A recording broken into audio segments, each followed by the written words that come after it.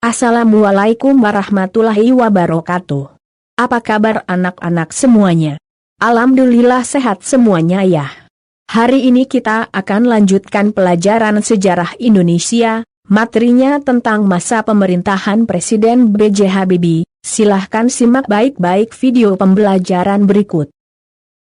Pelantikan B.J. Habibie.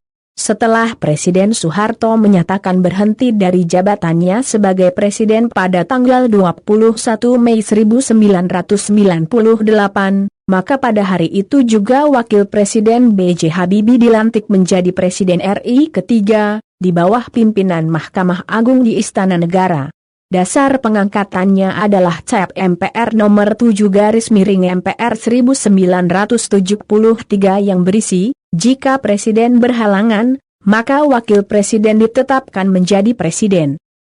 Dalam pidato pertamanya sebagai Presiden di Istana Negara, B.J. Habibie menyatakan tekadnya untuk melaksanakan agenda reformasi. Pidato tersebut bisa dikatakan merupakan visi kepemimpinan B.J. Habibie guna menjawab tuntutan reformasi secara cepat dan tepat. Beberapa poin penting dari pidatonya tersebut adalah kabinetnya akan menyiapkan proses reformasi dalam ketiga bidang, yaitu 1. Di bidang politik antara lain dengan mengubah berbagai perundang-undangan dalam rangka lebih meningkatkan kualitas kehidupan berpolitik yang bernuansa pada pemilu. 2. Di bidang hukum antara lain meninjau kembali undang-undang subversif. 3. Di bidang ekonomi dengan mempercepat penyelesaian undang-undang yang menghilangkan praktik-praktik monopoli dan persaingan yang tidak sehat. Pembentukan Kabinet Reformasi Pembangunan.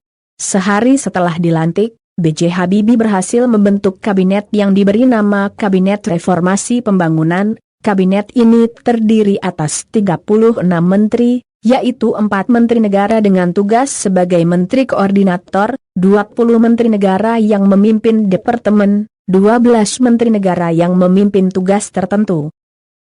Pada 25 Mei 1998 sidang pertama kabinet tersebut B.J. Habibie memberikan pengarahan bahwa pemerintah harus mengatasi krisis ekonomi dengan 2 sasaran pokok, yaitu tersedianya bahan makanan pokok masyarakat dan berputarnya kembali roda perekonomian masyarakat. Pusat perhatian kabinet ini adalah meningkatkan kualitas, produktivitas, dan daya saing ekonomi rakyat, dengan memberi peran perusahaan kecil, menengah dan koperasi, karena terbukti memiliki ketahanan ekonomi dalam menghadapi krisis. B. Sidang Istimewa MPR 1998. Di tengah maraknya gelombang demonstrasi mahasiswa dan desakan kaum intelektual terhadap legitimasi pemerintahan Habibie, pada 10–13 November 1998, MPR mengadakan sidang istimewa untuk menetapkan langkah pemerintah dalam melaksanakan reformasi di segala bidang.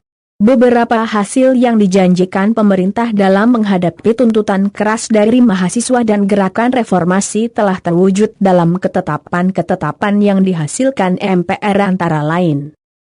1. Terbukanya kesempatan untuk mengamandemen UUD 1945 tanpa melalui referendum. 2. Pencabutan keputusan P4 sebagai mata pelajaran wajib. 3. Masa jabatan Presiden dan Wakil Presiden dibatasi 2 kali masa tugas, masing-masing 5 tahun. 4. Agenda reformasi politik meliputi pemilu, ketentuan untuk memeriksa kekuasaan pemerintah, berbagai perubahan terhadap duifungsi ABRI. 5.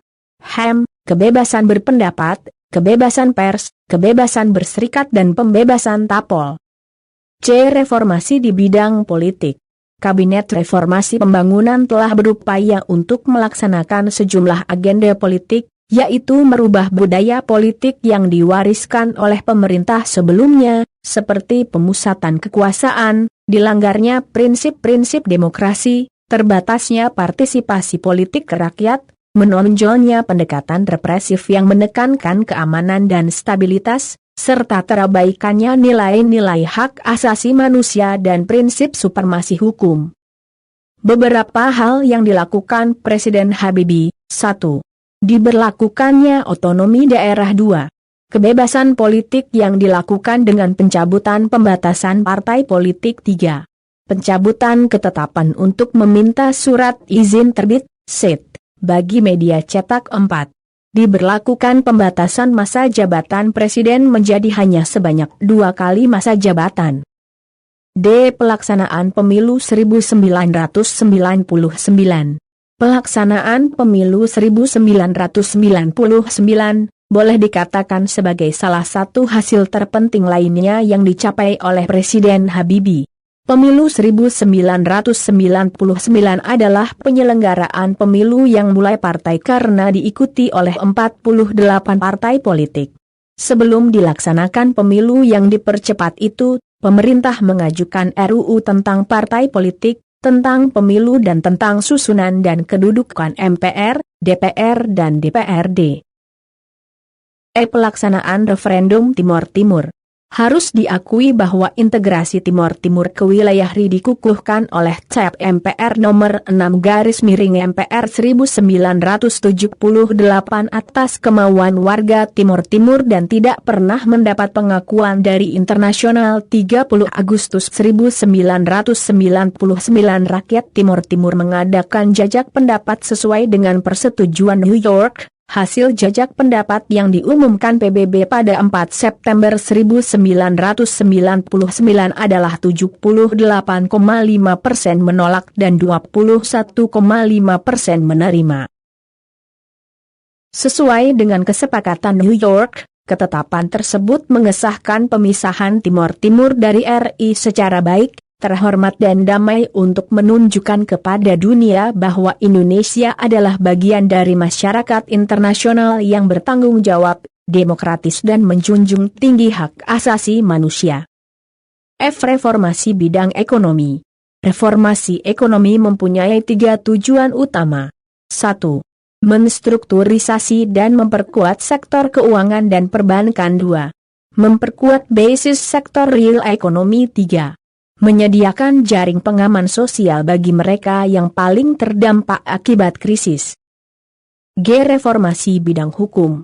Reformasi bidang hukum diarahkan untuk menanggulangi krisis dan melaksanakan agenda reformasi di bidang hukum yang sekaligus dimaksudkan untuk menunjang upaya reformasi di bidang ekonomi, politik, sosial dan budaya. Untuk meningkatkan kinerja aparatur penegak hukum, organisasi kepolisian telah dikembangkan keberadaannya sehingga terpisah dari Tentara Nasional Indonesia. Dengan demikian fungsi kepolisian negara lebih terkait ke dalam kerangka sistem penegakan hukum. Referensi buku Sejarah Indonesia untuk SMA, Madrasah Aliyah, SMK, Madrasah Aliyah Kejuruan kelas 12, Kementerian Pendidikan dan Kebudayaan Republik Indonesia, edisi revisi 2018. Soal pekan ini. 1. Berapa lama Presiden Habibie menjabat sebagai Presiden RI? 2. Kenapa B.J. Habibie menyatakan mengundurkan diri dari pencalonan presiden periode berikutnya? Silahkan dikerjakan di buku kalian, setelah itu difoto dan dikirimkan ke WA Pak Guru, ditunggu 30 menit dari sekarang. Demikianlah pembelajaran hari ini. Semoga bermanfaat. Terima kasih. Untuk kalian tetap semangat walaupun belajar dari rumah. Wassalamualaikum warahmatullahi wabarakatuh.